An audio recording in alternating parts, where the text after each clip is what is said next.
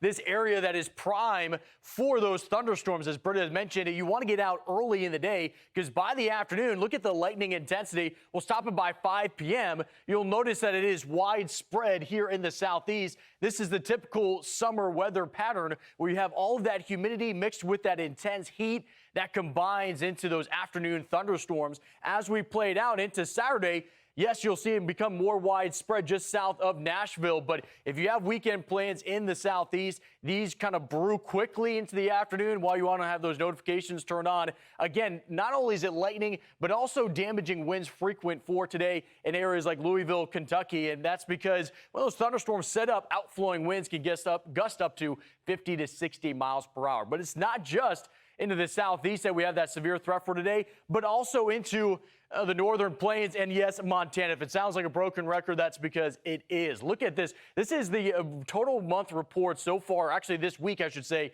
for Montana. You'll notice they have 186 reports. The top ones that will show you 87-mile-per-hour wind gusts out of Baker, Montana, and then top hail 3-inch in diameter. That's greater than baseball-size hail coming down out of Sun River. You notice that there's a tornado report embedded in it. What is today's concern? It's going to be the large hail potential because of the temperatures. They're going to rise into the 90s. That creates a strong updraft, warm air rising, condensed with plenty of humidity. That's why you'll see that large hail, and it's not isolated in Montana. Panhandle of Idaho back into the Dakotas is prime and ripe for this as well. And then you'll start to see it dissipate overnight as those temperatures drop as well. So Great Falls, Montana, notice again, it's the large hail and lightning embedded in the skies, but damaging winds will be something that's frequent as well, as we'll be into, seeing the wind gusts 50 to 60 miles per hour. Again, there is two different aspects of this severe weather.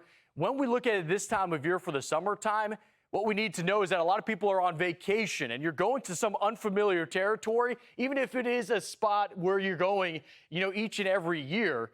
You take your family there, we need to be looking at the potential for those thunderstorms popping up each and every afternoon. So we'll continue to track those storms as they progress. Make sure that you jump on our app, get over to the plan tab, and that way you can make sure that when those storms do pop up, you are able to adapt your vacation and make sure you can have those plans in place for, whenever these storms do start to pop up. Britta? And Steve, let's take a live look at St. Paul, Minnesota. Definitely waking up to some weather to start your day off. And we have some weather that could be impacting your weekend because of the threat of severe weather, exactly what you don't want heading into your Saturday and also your Sunday forecast. So let's take a look at the impacts that we're looking at here for the weekend severe weather threat. We are waking up to some scattered showers, a few thunderstorms across southern portions of Minnesota moving into Wisconsin.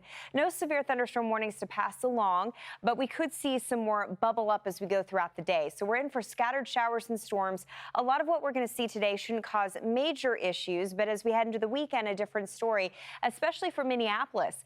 Saturday is the day to be outside. Tomorrow's going to be beautiful in Minneapolis. We have nice clear skies, temperatures in the 80s, so nice warm temperatures to enjoy. On Sunday, we have a significant storm threat.